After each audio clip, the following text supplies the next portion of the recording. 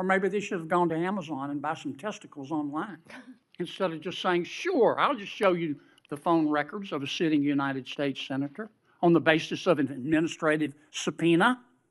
Now, do you have copies of the subpoena applications for Yes, these Senator, eight? Senator, I can't discuss anything regarding You this. can't even tell me if you have copies? I can't discuss any of this. All right, with when you, are you going to, General, when are you going to be able to discuss it? I can't discuss whether there is or is not a pending investigation, I understand, Senator. This but was let's just assume brought to light if by there is a Director pending Patel. investigation, I don't want this to get swept under the rug, okay? Because I think you're going to get pushback from all quarters. I think the telecommunication companies are going to be all over you like a bad rash because they've got liability here for just turning over these records when they knew what was going on. I think some FBI agents may have some liability here. I think a special counsel might have some liability here. Holy moly, folks. I never thought I'd say this, but a Republican senator just gave us a masterclass in holding power accountable. When John Kennedy grilled Pam Bondi about illegally obtained phone records, she crumbled like a house of cards, and every American who cares about privacy should be watching this. Hit that subscribe button and ring the notification bell because we're about to witness what real oversight looks like. And trust me, Bondi wasn't ready for it. All right, let's dive into this absolute destruction. Let's suppose that I'm appointed special counsel at the Department of Justice, and I go to the telecommunication companies, the phone companies. Let's single out AT&T, and I say, look, I know you're busy, but I want to see a copy of the phone records of a sitting United States senator. They're not going to just give them to me, are they? No, Senator, of course not. In fact, they're probably going to ask me what planet I just parachuted in from, aren't they? Yes, Senator. They're going to tell me to come back with a subpoena, aren't they? Yes, Senator. Okay. What do I have to show in that subpoena to get those phone records of a sitting? Did I mention it was a sitting United States senator? I can't remember. What do I have to show to get the phone records of a sitting United States senator? Yes, Senator, there were actually 8 sitting United States Yeah, I senator, heard that. and you would I have heard to that. have cause. I'm sorry, what do I have to show? You would have to have cause to get the Good subpoena. cause or probable cause? Probable cause. Okay. Probable cause, or if it's a subpoena, deuces take 'em, good cause, to show what? You would need good cause for a subpoena ducis tecum, and what you would have to show is that you believed a crime had been committed, or there was a possibility of a crime, or that could lead to other crimes. We By the frequently, in criminal enterprises, subpoena cell By the phones. sitting United States senator. Senator, they would have to have believed you were part of a criminal conspiracy, is my understanding. Would a judge have to sign off on it? On the subpoena? Yes, Senator. Well, for a subpoena ducis tecum, Jack Smith probably took it straight to the judge. Now, the phone companies, particularly their general counsel, if they're worried about civil liability, even with a subpoena, to get the phone records of a sitting United States senator. Did I mention it was a sitting United States senator? Yes, Senator. The general counsel for that phone company, let's say AT&T, they have the right to seek to quash that subpoena, don't they? Phone companies frequently do that. Yeah. And a smart general counsel for that phone company is going to call the sitting United States senator and say, would you like to weigh in on this? Would you like me to quash the subpoena? We're talking about invading someone's privacy here by a sitting United States senator. Could the general counsel for the phone company do that? Well, Senator, if they believe that a crime could have been committed, they could not tip off the person who committed the crime.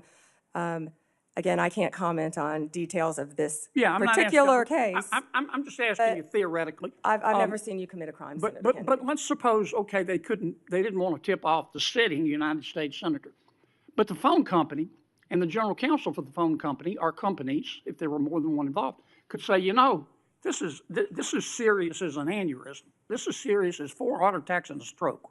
This is a sitting United States senator. So general counsel would likely advise the CEO, you need to file a motion to quash. The telephone companies could have contested those subpoenas, could they not?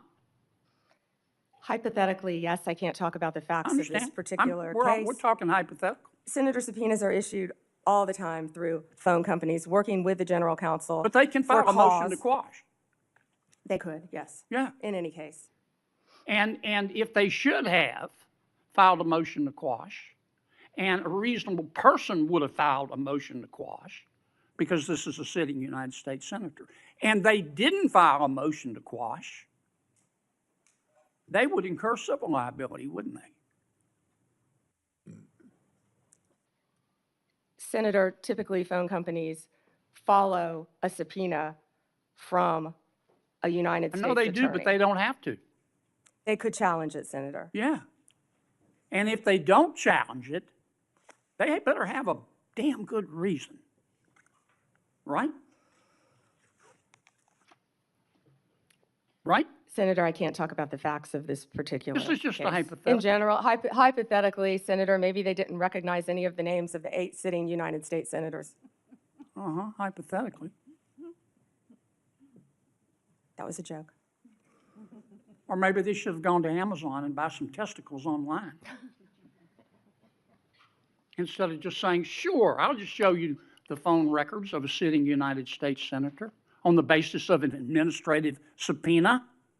Now, do you have copies of the subpoena applications for these Senator, 8? Senator, I can't discuss anything regarding this. You can't even tell me if you have copies? I can't discuss any of this. All right, when are you going to, General, when are you going to be able to discuss it? I can't discuss whether there is or is not a pending investigation, I understand, Senator. This but was let's just assume brought to light if by there is a Director pending Patel. investigation, I don't want this to get swept under the rug, okay? Because I think you're going to get pushed back from all quarters. I think the telecommunication companies are going to be all over you like a bad rash because they've got liability here for just turning over these records when they knew what was going on.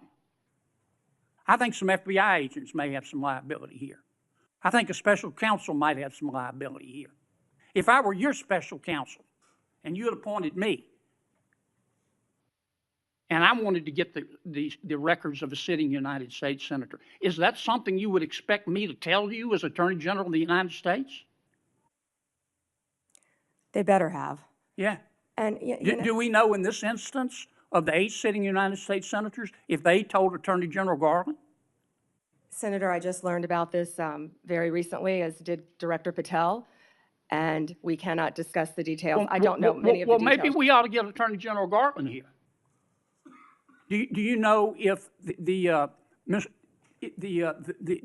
special counsel told FBI Director Wray? Is that something? Let me put it another way. If I were your special counsel and you were the director of the FBI and I'm trying to get the phone records of a sitting United States senator, did I mention it was a sitting United States senator? Is that something that you would expect me to tell you as director of the FBI? In general, I would believe the FBI would help execute the subpoenas. Yeah. And yes, I'm a progressive, but when someone fights for our constitutional rights, I don't care what letter is next to their name. Watch how Kennedy sets this up. It's brilliant. He doesn't go for the jugular immediately. He builds a case, step by step, using simple hypotheticals that even a 5th grader could follow. What would you need to get a sitting senator's phone records? Probable cause. A judge's signature. Due process. This is Constitution 101, people. The 4th Amendment doesn't have a party affiliation. And here's where it gets beautiful. Kennedy isn't just asking random questions. He's laying a trap, and Bondi walks right into it. Every yes, Senator, she gives is another nail in the coffin. She's admitting that there are procedures, there are protections, and they should have been followed. But were they? Chef's kiss. That's the million-dollar question. Notice how Bondi keeps hiding behind, I can't discuss pending investigations. That's lawyer speak for, I'm trapped and I know it. She can't even confirm if she has copies of the subpoenas. Come on. That's like a cop saying they can't confirm if they have a warrant while they're ransacking your house. And then Kennedy drops the hammer with that Amazon testicles line. I'm dying. But he's making a serious point. These telecom companies rolled over without a fight when they knew they were handing over sitting senators' private communications. Here's what makes me furious as a progressive. This isn't about protecting Republican senators. This is about the weaponization of government surveillance against anyone. Today it's GOP senators. Tomorrow it could be Bernie Sanders or Elizabeth Warren. Hell, it could be you. The most damning part? When Kennedy asks if Merrick Garland or Christopher Wray were even told about these subpoenas. Watch Bondi squirm. She just learned about this recently? Really? The potential next attorney general didn't know about one of the biggest constitutional violations in recent memory? Either she's lying or she's incompetent. Pick your poison. What we're watching here is a complete breakdown of the checks and balances that protect us from a surveillance state. And credit where it's due, Kennedy exposed it brilliantly. He used simple, relatable language that cuts through the legal BS. He made it clear that if the government can do this to senators, they can do it to any of us. This is exactly why we need oversight. This is why we need senators who aren't afraid to ask tough questions, regardless of party. When Democrats were too polite to really press Bondi, Kennedy came in swinging. Look, I disagree with John Kennedy on probably 90% of policy issues. But when he stands up for the Fourth Amendment, when he fights against government overreach, when he demands accountability, he's doing the Lord's work. The takeaway? We need more of this. We need Democrats to grow a spine and ask these kinds of questions. We need Republicans to keep holding their own party accountable. And we need to demand that our privacy rights aren't negotiable, whether you're a senator or a school teacher. Pam Bondi got exposed today.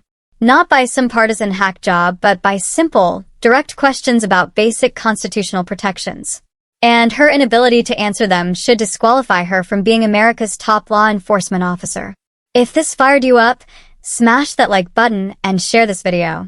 The establishment doesn't want you to see Republicans and progressives agreeing on anything, but our constitutional rights unite us all.